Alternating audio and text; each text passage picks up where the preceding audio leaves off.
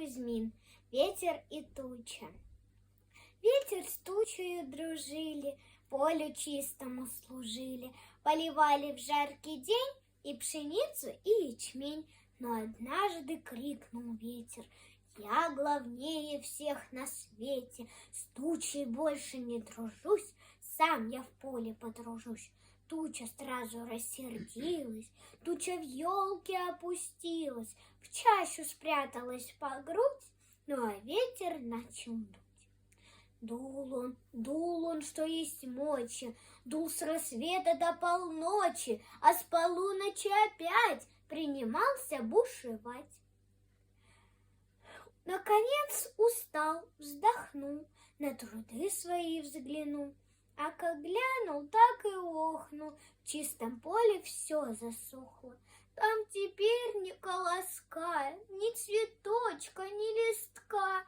Ох-охо, заплакал ветер, видно, есть на белом свете кто-то ветра посильней, кто-то ветра поглавней.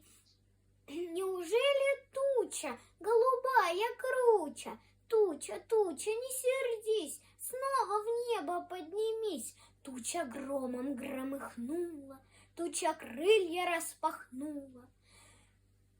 Туча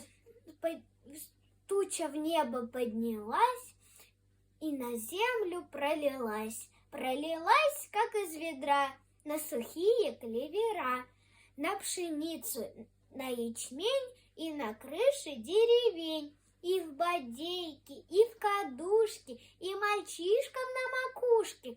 Пусть повсюду все растет, пусть повсюду все цветет. Хмурый ветер улыбнулся и от счастья кувыркнулся. Ой, спасибо, тученька, тученька могученька, это ты меня важней, это ты меня сильней. Нет, сказала тихо туча, я ничуть тебя не лучше. Ты позвал, я поднялась, ты помог, я пролилась.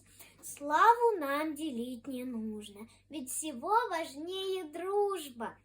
Там, где никто не ссорится, там и дело спорится. Вот и все.